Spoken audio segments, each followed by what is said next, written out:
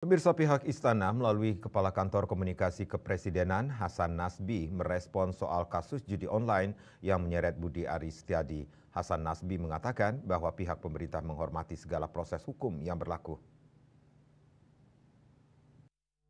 Istana melalui Kepala Kantor Komunikasi Kepresidenan Hasan Nasbi merespon soal kasus judi online yang menyeret nama Budi Aris Setiadi. Nama Budi Ari yang sempat menjabat Menteri Komunikasi dan Informatika era Presiden Joko Widodo muncul dalam dakwaan di kasus tersebut. Hasan mengatakan bahwa pemerintah menghormati proses hukum yang berlaku. Menurutnya, melalui proses hukum akan dibuktikan siapa yang dinilai bersalah atau siapa yang tidak bersalah.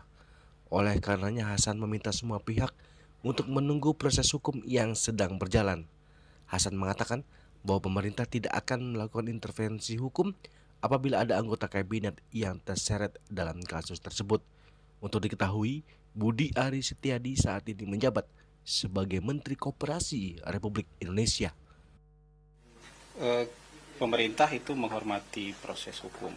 Jadi biarkan saja proses hukum ini berjalan dan kita yakin proses hukum ini akan membuka semuanya dengan terang benderang. Jadi yang salah akan dibilang salah di situ, yang tidak bersalah juga jangan dipaksakan jadi salah kan. Yang tidak bersalah juga nanti tentu akan terbukti tidak bersalah.